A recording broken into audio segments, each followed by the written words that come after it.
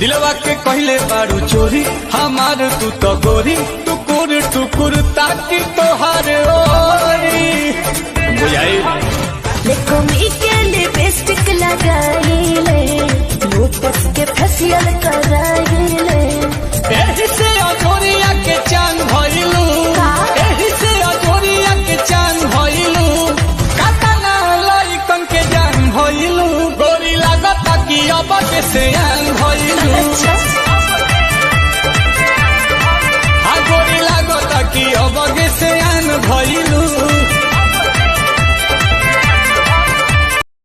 अपन लोगवा देख के काहे कोहरे आया न देखा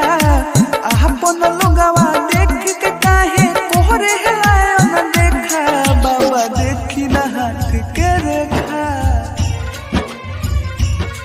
बाबा देखी न हाथ के रेखा जिंदगी सपने जो देखे थे वो